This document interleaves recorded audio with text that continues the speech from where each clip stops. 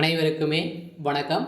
சற்று முன் கிடைத்திருக்கக்கூடிய ஒரு மிக மிக முக்கியமான செய்தி ஒன்று வெளியாகி உள்ளது.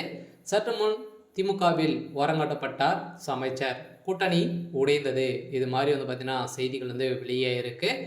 ஸோ இப்போ சமீப காலத்தில் திமுகவில் நிறைய சலசலப்புகள், நிறைய பிரச்சனைகள்லாம் பார்த்தீங்கன்னா சந்திச்சுட்டு வரும். திமுகவுடைய தலைமையும் முதல்வர் ஸ்டாலின் அவருடைய தலையிலும் ஒரு மிகப்பெரிய இடியாக தான் விழுந்திருக்கு.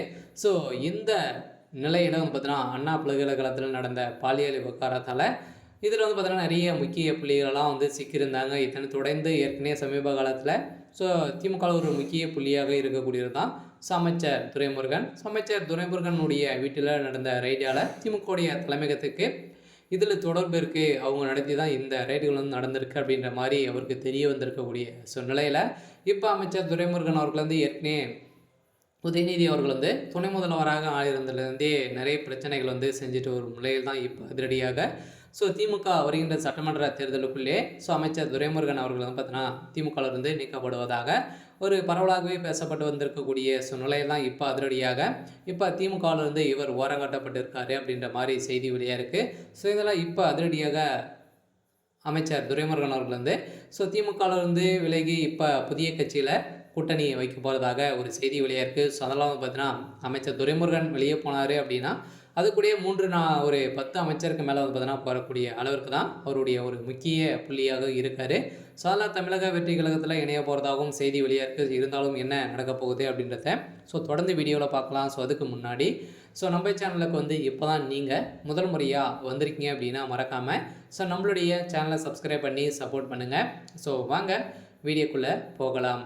பார்த்தீங்கன்னா இப்போ சமீப காலத்தில் ஒரு மிகப்பெரிய பிரச்சனைகள் இருந்தது. இந்த பிரச்சனை அடிப்படையில் அண்ணாமலை பல்கலைக்கழகத்தில் நடந்த பாலியல் விவகாரத்தில் திமுக சேர்ந்த அமைச்சர் சுப்பிரமணியன் அவர்கள் இது வரைக்குமே ஒரு 10, 6, 7 அமைச்சர்கள் பார்த்தீங்கன்னா இதில் சிக்கியிருக்காங்க. இவர்களை அனைவருமே ஓரங்கட்டப்பட்டு விட்டதாக திமுகவுடைய தலைமையகம் ஒரு பரவலாகவே செய்தி வெளியிட்டு இருக்கக்கூடிய நிலையிலும் பார்த்தீங்கன்னா இப்போ ஒரு முக்கிய புள்ளி அந்த சார் யார் அப்படின்றது தான் ஒரு பெரிய கேள்விக்குறியாக இருந்தது.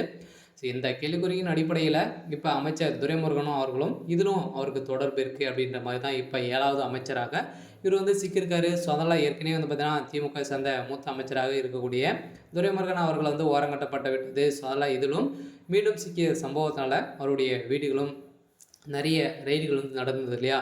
அந்த ரைடின் அடிப்படையிலும் ஏற்கனவே திமுக ஒரு ஓரங்கட்டியிருக்காங்க. அதனால் எந்த ஒரு செயலும் செய்யாதக்கூடிய நிலையில் தான் அமைச்சர் துரைமுருகன் அவர்களுக்கு நிறைய ப்ரெஷர்கள் கொண்டுட்டு வரும் உதயநிதி அவர்களுக்கு இப்போ எதிர்ப்புகள் உட்கட்சிக்குள்ளேயே நிறைய பிரச்சனைகள் இருந்திருக்கக்கூடிய நிலையில் இப்போ திமுகவுடைய கூட்டணி குடிய போகுது.